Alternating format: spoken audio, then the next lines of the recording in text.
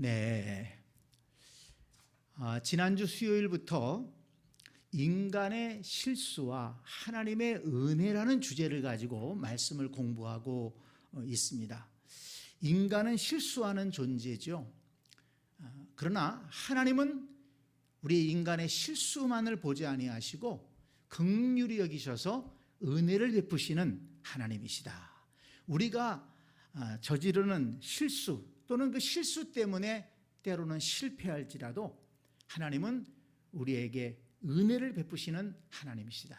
우리의 실수를 넘어서는 큰 은혜가 하나님에게 있다는 것을 우리가 말씀을 통해서 깨달을 때 우리가 살아가면서 때로 실수하고 또 때로는 실패할지라도 낙심하지 아니하고 소망 중에 나아갈 수 있을 것입니다. 지난주 수요일에는 아담과 하와의 실수에 대해서 말씀을 공부했습니다. 하나님께서 그 에덴 동산의 모든 것을 다 먹을 수 있지만 그 하나의 나무의 열매는 먹지 말아라. 그랬는데 아담과 하와가 그것을 먹은 것입니다. 왜 그랬습니까? 하나님의 말씀보다도 자신들의 정욕에 이끌려서 살아갔기 때문입니다. 사실 아담과 하와에게 부족한 것이 뭐가 있습니까?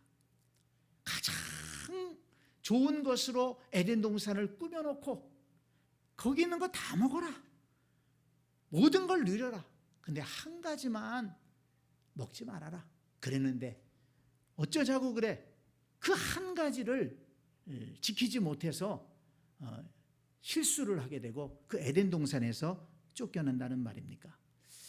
요즘에도 사람들을 보게 되면 참 많은 것을 누릴 수 있는데 많은 것을 가지고 있으면서도 그 해서는 안 될 그것, 그거 안 해도 살 수 있어요.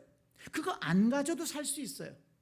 근데 그 욕심을 버리지 못하고 정욕을 버리지 못하고 하나님께서 금하신 것, 또 내 것이 아닌 것을 탐하다가 그것을 내 것으로 만들려고 옳은 방법이 아닌 불의한 방법을 사용하다가 실수하게 되고 또는 부끄럽게 추락하게 되고 인생이 얼마나 참 그 실패의 아픔을 보는 사람들이 참 많이 있지 않습니까? 그렇게 사회적으로 지위가 높고 참 다른 사람들이 존경할 만한 부러워할 만한 그런 위치에 올라가 있으면서 그래 그것 하나 참지 못해서 그 자신의 정욕을 이기지 못해서 그 자신의 욕심을 이기지 못해서 실수하고 실패하고 부끄럽게 되는 그런 모습을 요즘에도 많이 볼 수가 있지 않습니까? 그래서 우리가 이 아담과 하와의 역사를 통해서 우리 자신을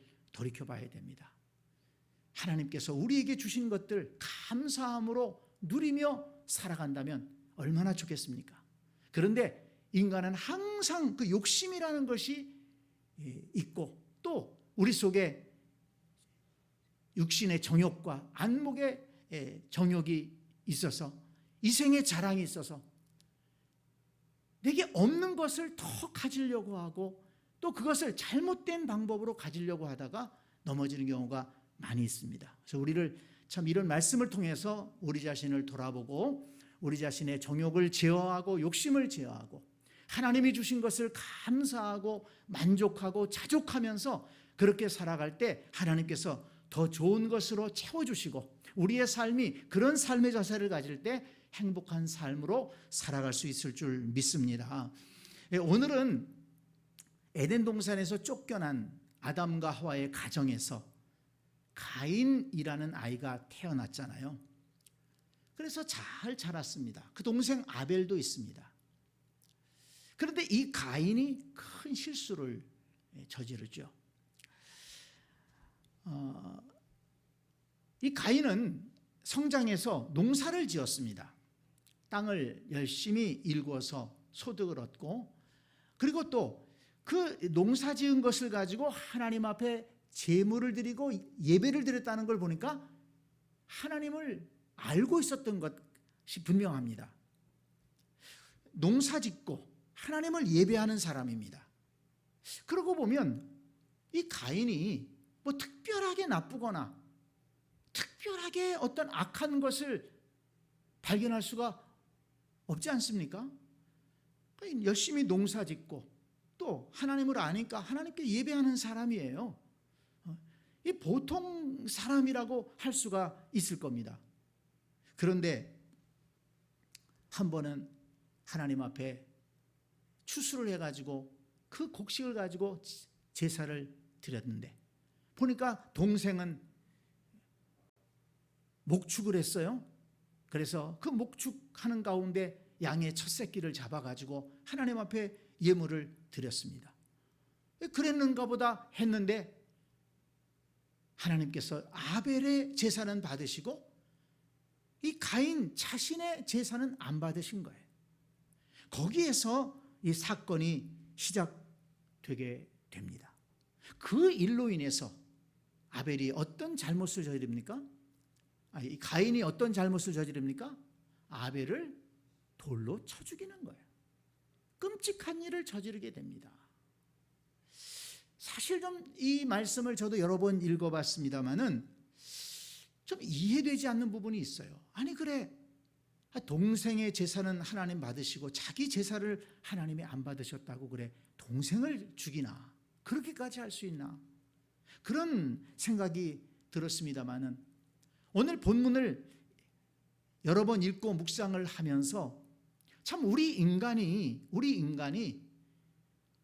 어떻게 무너질 수 있는가를 이 말씀을 통해서도 우리가 발견할 수 있는 겁니다. 자 보세요.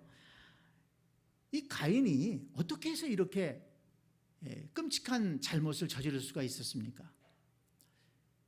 자기 잘못을 자기가 해놓고 그것을 남한테 핑계를 대는 원망을 하는 그런 모습이 결국은 그렇게 끔찍한 잘못을 저지르게까지 했다는 것입니다. 자 보세요. 하나님께서 아벨의 제사는 받으셨어요. 아벨과 그 제물은 받으셨다고 그랬어요. 근데 하나님께서 가인과 그 제물은 받지 않으셨어요.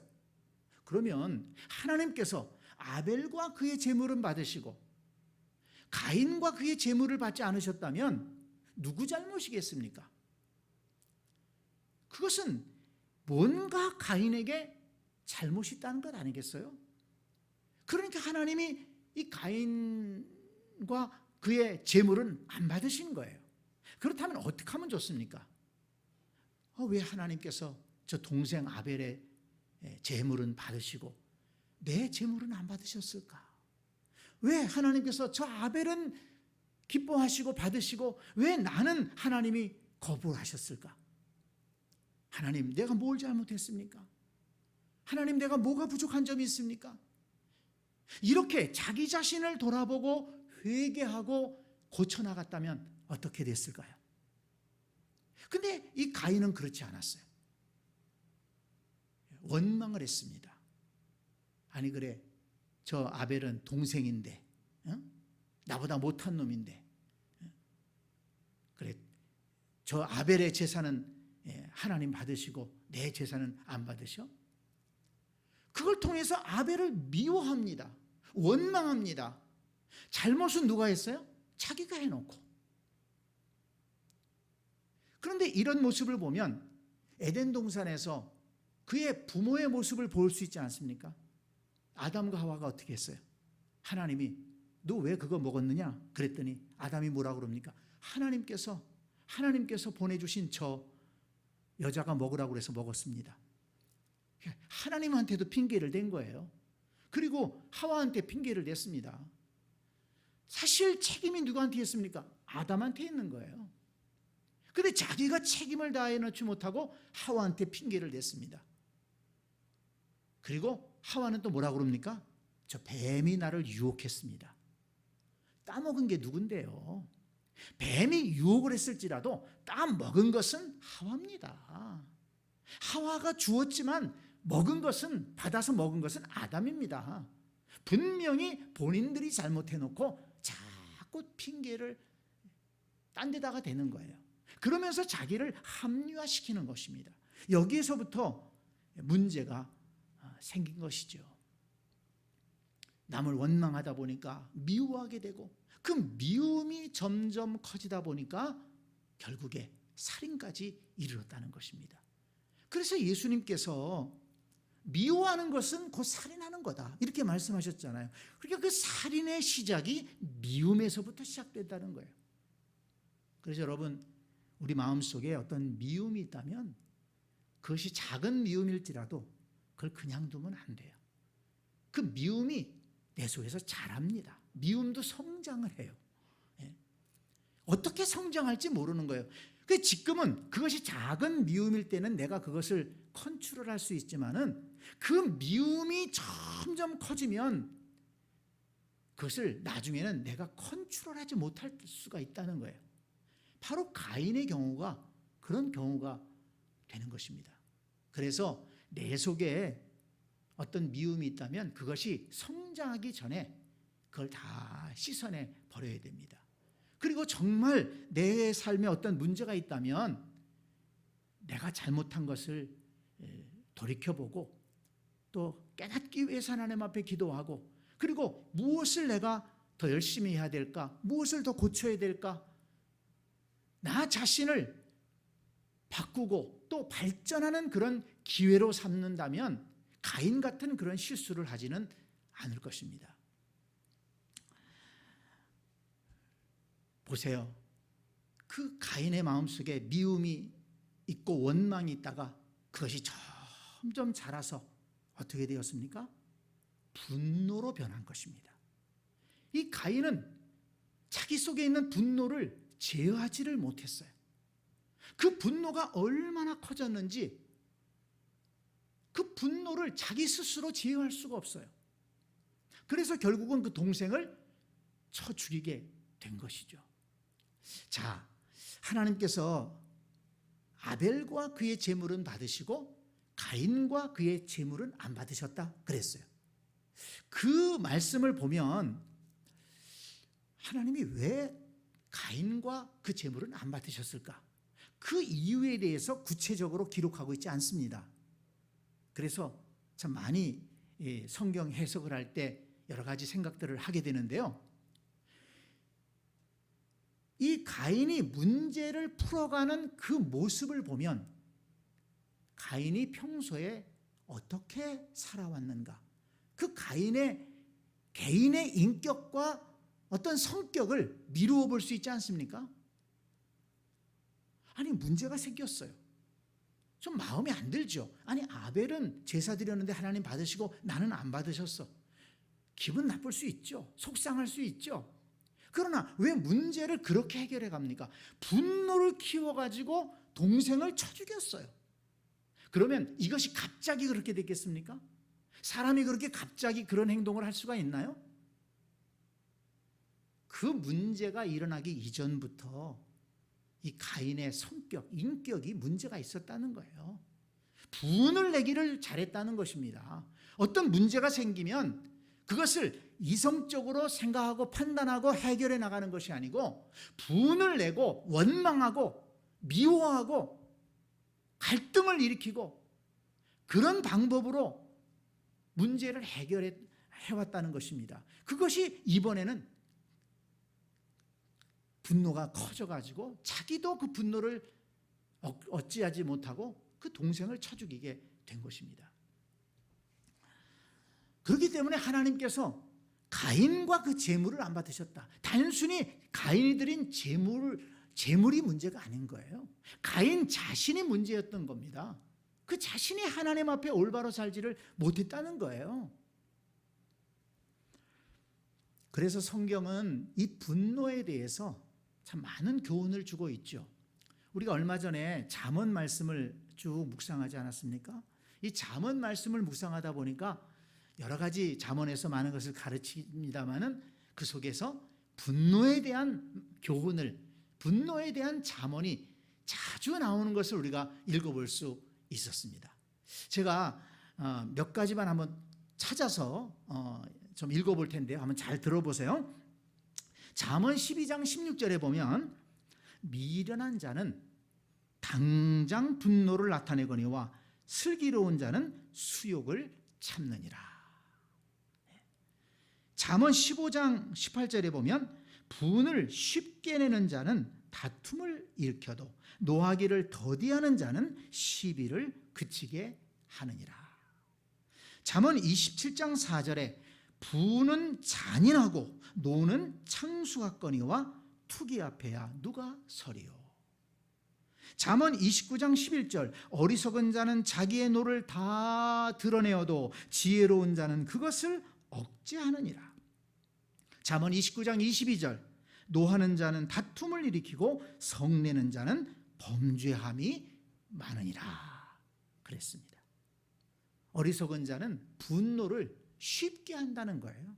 그리고 어리석은 자는 분노를 다 드러낸다는 거예요. 자기 속에 있는 화를 그냥 다 드러내는 거예요. 쉽게 화를 내고 분노를 다 드러내고, 그래서 그 분노 때문에 다툼이 일어나고 그 분노 때문에 죄를 범하게 된다는 것입니다. 이 가인을 통해서도 우리가 볼 수 있잖아요. 그래서 가만히 보면 이 분노하는 것도 습관적인 것이 많습니다. 화를 잘 내는 사람은 또 화를 또 그렇게 또 잘 내는 걸 볼 수가 있어요. 왜냐하면 화를 내므로써 어떤 문제를 해결할 수 있다는 그런 생각이 굳어져 있기 때문에 그렇습니다. 그리고 또 어떤 문제가 생기면 그 문제를 해결해 나가는 방법이 화를 내는 것밖에는 모르기 때문에 그래요. 화를 내지 않고서도 문제를 해결할 수 있는 방법을 배우지 못한 거예요. 그래서 우리 자신을 돌아보고 내가 정말 화를 자주 내는 사람이다. 왜 나는 자꾸 화를 자주 낼까? 나를 화나게 하는 사람을 원망하지 말고 내 감정을 내가 컨트롤하지 못하고 있구나. 또 화를 내는 것으로 문제를 해결하려고 하는 나의 잘못된 습관이 있구나. 이것을 깨닫고 나를 바꿔나가야 됩니다. 얼마든지 화를 내지 않고서도 문제를 해결할 수 있는 방법들이 있습니다. 문제를 더 키우지 않고 극단적인 것으로 나가지 않고, 결국은 이 가인은 극단적인 데로 나갔잖아요. 아벨을 죽이는, 한 사람을 죽이는 살인까지 일어난 거예요. 그래서 이 성경 말씀에서 우리에게 가르쳐주고 있는 이 분노에 대한 교훈을 우리가 잘 새기고, 이 화를 잘 내는 분, 나는 왜 이렇게 화가 잘 날까? 물론 화나는 일 많죠. 왜 화나는 일이 없어요? 그렇지만 화나는 일이 있다고 해서 다 화를 내면 어떡하겠습니까? 그게 문제 해결에 도움이 안 됩니다. 나 자신에게도 안 되고 상대방에게도 안 되고, 화를 내면 사실은 문제가 더 커지고 더 문제가 심각해지는 것을 볼 수가 있습니다. 그래서 우리 그리스도인들이 항상 주의 말씀으로 우리 자신을 새롭게 해서, 그리고 우리 인격의 성숙을 또 가져오고, 또 그리고 화를 내는 것이 아니라 이성적으로 또 차분하게 문제를 해결해 나갈 수 있는 그런 방법들을 자꾸 연습을 해서 우리의 삶에서 이 분노를 쫓아내 버릴 수 있는 그런 복된 성도들이 되어야 되겠습니다. 또 하나 중요한 것이 있어요. 이 가인이 이렇게 큰 실수를 저지르고 또 그 실수가 실패로까지 이어졌잖아요. 실수가 실수로 끝나면 괜찮아요. 실수가 실패가 되면 안 된다는 거예요. 실수를 잘 극복하면 실력이 됩니다. 그런데 실수를 잘못 해결하면 실패가 된다는 거예요. 여러분, 실수할 수는 있어요. 근데 그 실수를 밑바탕으로 해서 더 노력하고 더 자기를 바꿔나가면 실력이 됩니다. 하나님께서 그 사람을 더 귀하게 쓰시겠죠? 더 복된 앞날이 있겠죠? 그러나 그 실수를 잘못 해결하면 실패의 길로 가게 되고 더 어려움을 겪게 되죠. 근데 이 가인은 실수해놓고 실패의 길로 간 거예요. 결정적인 것은 뭐냐? 회개하지 않았다는 겁니다. 회개할 기회가 그에게도 있었어요. 자, 첫 번째 기회가 뭡니까? 제사를 드렸어요? 아벨의 제사는 받으셨어요? 자기의 제사는 하나님이 안 받으셨어요? 그러면 그 다음에 어떻게 해야 된다고요? 하나님 앞에 회개해야 되죠. 하나님 뭐가 잘못됐습니까? 왜 나의 제사는 안 받으셨나요? 내가 뭘 잘못했습니까?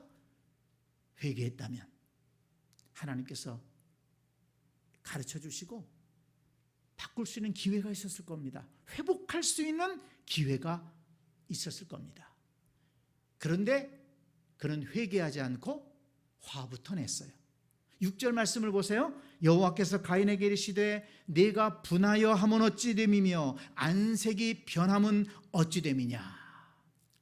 제사를 드리고 났는데 아벨의 제사는 받으시고 자기의 제사는 안 받으셨다는 것을 안 순간 이 가인은 얼굴색이 변했다고 그랬어요. 막 화가 난 거죠. 하나님이 왜 화내고 있어? 그때라도 회개했으면 되는 겁니다. 그래서 7절을 보세요. 네가 선을 행하면 어찌 낯을 들지 못하겠느냐? 네가 잘하면 될 거 아니야. 하나님이 그러시는 거예요. 네가 잘했으면 될 거 아니야. 앞으로 잘하면 되잖아. 그런데 그때에도 가인은 회개하지 않았습니다. 그리고서는 어떻게 합니까? 아벨을 불러냅니다. 들로 불러내죠. 그리고 그 가인을 죽입니다. 끔찍한 일을 저지르죠. 그 다음에 하나님이 또 찾아오십니다. 찾아오셔서 9절에 보니까 뭐라고 말씀하십니까? 여호와께서 가인에게 이르시되 내 아우 아벨이 어디 있느냐? 그가 이르되 내가 알지 못하나이다. 내가 내 아우를 지키는 자니까? 그때라도 회개할 수 있어야 돼요. 아직 하나님이 징계하지 않으셨어요? 가인을 저주하지 않으셨어요? 네 아우 아벨이 어디 있느냐? 어떻게 보면 하나님께서 왜 아벨을 죽였느냐 이러지 않으셨어요. 어떻게 보면 회개할 기회를 주고 있다는 거예요. 그런데 가인은 회개하지 않고 뭐라고 했어요? 내가 어떻게 합니까? 내가 뭐 아벨을 지키는 자입니까? 뻔뻔스럽게 그렇게 나온 거죠.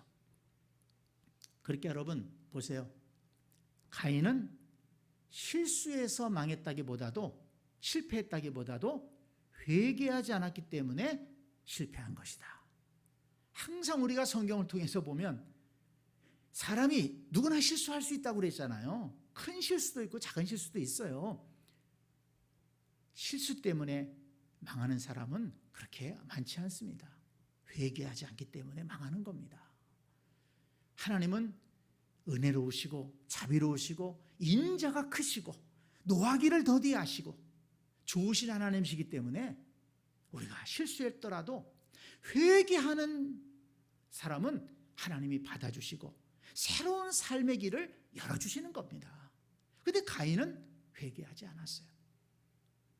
가인이 그렇게 실패한 것은 실수해서라기보다도 회개하지 않아서다라는 것을 우리가 또 이 가인의 경우를 통해서 알 수가 있는 것입니다. 그래서 성경은 뭐라고 얘기합니까? 가인같이 하지 말라. 어디에 나옵니까? 요한일서 3장 12절에 보면 요한일서 3장 12절에 보면 가인같이 하지 말라. 그는 악한 자에게 속하여 그 아우를 죽였으니 어떤 이유로 죽였느냐? 자기의 행위는 악하고 그의 아우의 행위는 의로움이라. 분명히 자기가 잘못해놓고 동생을 원망하고 미워하고 분노하다가 결국은 그 분노를 이기지 못하고 동생까지 죽였다는 것입니다. 그래서 이런 실수를 너희들은 저지르지 마라. 그래서 가인같이 하지 말라. 이렇게 성경은 우리에게 말씀하고 있습니다. 자, 그래서 이제 하나님께서 가인을 징계하시지요. 10절 보니까 네가 무엇을 하였느냐? 내 아우의 핏소리가 땅에서부터 내게 호소하느니라. 11절 땅이 그 입을 벌려 내 손에서부터 내 아우의 피를 받았은즉 내가 땅에서 저주를 받으리니 내가 밭을 갈아도 땅이 다시는 그 효력을 내게 주지 아니할 것이요 너는 땅에서 피하며 유리하는 자가 되리라. 가인은 농사 짓는 사람인데 앞으로는 너 때문에 땅이 저주를 받아서 네가 아무리 농사 져도 그 농사 안 될 거야. 그리고 너 어느 한 군데 정착하지 못하고 떠돌이 인생이 될 거야. 농사를 쳐도 안 되고 떠돌이 인생이 된다고 그랬으니 그 인생이 얼마나 비참한 자리에 떨어지게 된 것입니까? 이런 징계를 이 가인이 받게 된 거죠. 그런데 13절 말씀을 보세요. 그렇게 하나님의 징계의 말씀을 듣고 나서 13절을 보니까 가인이 여호와께 아뢰되 내 죄벌이 지기가 너무 무거우니이다. 주께서 오늘 이 지면에서 나를 쫓아내시온즉 내가 주의 낯을 배웁지 못하리니 내가 땅에서 피하며 유리하는 자가 될지라 물은 나를 만나는 자마다 나를 죽이겠나이다. 그랬습니다. 하나님 너무 이 벌이 무겁습니다. 내가 이렇게 하나님 낯을 떠나서 다니다가 나도 죽게 되겠습니다. 두려워서 못 살겠습니다. 이 말씀을 어떻게 보면 그제서야 하나님 앞에 도움을 구하는 가인의 모습이 아닌가, 저는 그렇게 생각을 해봤습니다. 하나님, 내가 잘못한 건 알겠는데 너무 벌이 중합니다. 무겁습니다. 내가 동생을 죽였다는 것을 사람들이 알면 나를 가만두지 않을 것입니다. 하나님의 도움을 구하는 장면이다. 저는 그렇게 이 말씀을 읽으면서 다시 한번 이해를 해보았습니다. 그랬더니 15절을 보세요. 여호와께서 그에게 이르시되 그렇지 아니하다. 가인을 죽이는 자는 벌을 7배나 받으리라 하시고 가인에게 표를 주사 그를 만나는 모든 사람에게서 죽임을 면하게 하시니라. 가인에게도 하나님이 은혜를 베푸셨다는 거예요. 다시 말해서 가인 같은 사람에게도 하나님은 은혜를 베푸셨다는 것입니다. 가인에게 표를 주셨다. 그 표가 어떤 표인지는 모르겠어요. 신학자들 간에 여러 해석들이 있습니다만은 뭐가 그 정답이라고 딱 얘기할 수가 없죠. 어쨌든 하나님께서 그에게 표를 주셔서 그를 보호해 주셨다는 거예요. 그래서 이 가인으로 하여금 살아갈 수 있는 길을 열어주셨다는 것입니다. 가인 같은 사람도 하나님의 은혜를 구하니까 하나님이 들어주시고 그에게 살 길을 열어주셨습니다. 자, 그래서 15절 말씀, 16절, 17절 말씀을 보세요. 가인이 여호와 앞을 떠나서 에덴 동쪽 놋 땅에 거주하더니 아내와 동침함에 그가 임신하여 에녹을 낳은지라. 가인이 성을 쌓고 그의 아들의 이름으로 성을 이름하여 에녹이라 하니라. 하나님께서 가인에게도 은혜를 베풀어 주시니까 어떻게 보면 가인에게 내리셨던 그 징벌을 감해 주신 거예요. 그러니까 이 가인이 이제 나가서 장가도 들고 또 아이도 낳고 거기 동네에다 성도 쌓고 그러고서 가인도 삶을 살아갈 수가 있게 된 것입니다. 저는 이것이 또한 하나님의 은혜다라고 생각이 들어요. 가인 같은 인간도 자기가 잘못해놓고 그렇게 동생을 원망하고 미워하고 분노하다가 그 동생을 쳐 죽인 그 가인 같은 인간도 하나님이 징계를 내리셨지만 그래도 하나님의 도움을 구하니까 그 가인 같은 인간도 하나님이 은혜를 베푸시고 살 길을 열어주셨다는 거예요.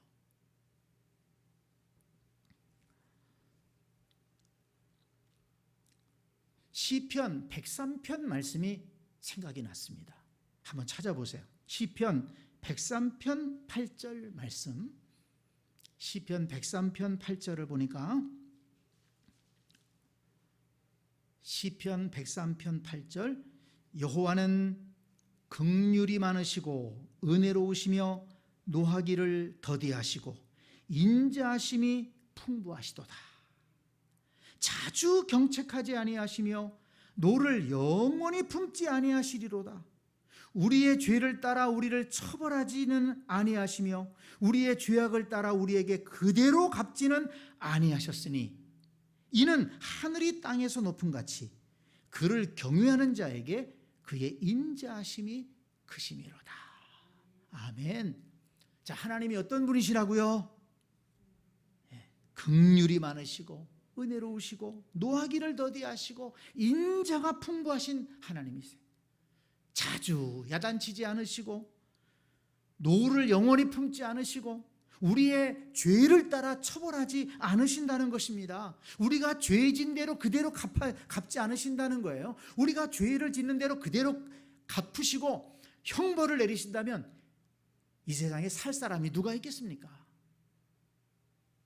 그리고 결국은 예수 그리스도를 보내주셔서 우리 대신 십자가를 지게 하시고 우리가 죄사함을 얻을 수 있는 길을 열어주시고 하나님의 자녀로 회복시켜 주시고 하늘나라 백성으로 회복시켜 주시는 좋으신 하나님이신 줄로 믿습니다. 좋으신 하나님이세요. 좋으신 하나님. 그래서 지난 수요일에도 말씀을 드렸지만 요엘서 2장 13절 말씀을 지난 수요일에도 말씀을 드렸죠. 너희는 옷을 찢지 말고 마음을 찢고 너희 하나님 여호와께로 돌아올지어다.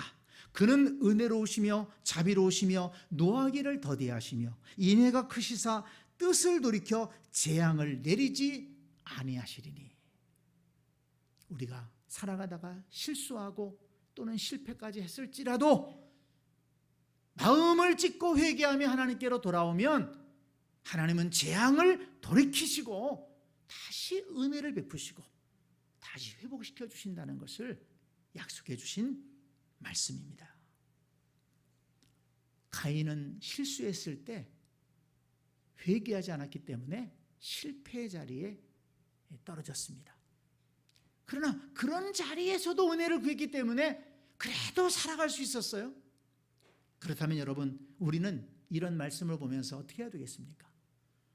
우리가 살아가다가 실수하는 일이 있을 때 우리는 고집부리지 말고, 우리는 분노하지 말고, 남에게 원망하거나 책임을 떠넘기지 말고, 우리는 하나님 앞에 회개하고 하나님의 은혜를 구하고, 지혜가 부족하면 후히 주시고 꾸짖지 아니하시는 하나님께 그 지혜를 구하고, 우리를 새롭게 하기 위해서 하나님의 은혜를 구한다면 우리는 때로 실수할지라도 실패의 자리에까지 이르지 않게 될 것입니다. 그 실수를 통해서 그 실수를 잘 극복함으로 우리는 실력 있는 그리스도인, 실력 있는 사람으로 더 성공적인 인생을 살아가게 될 줄로 믿습니다. 그런 복된 성도들이 다 될 수 있기를 간절히 축복합니다. 아멘.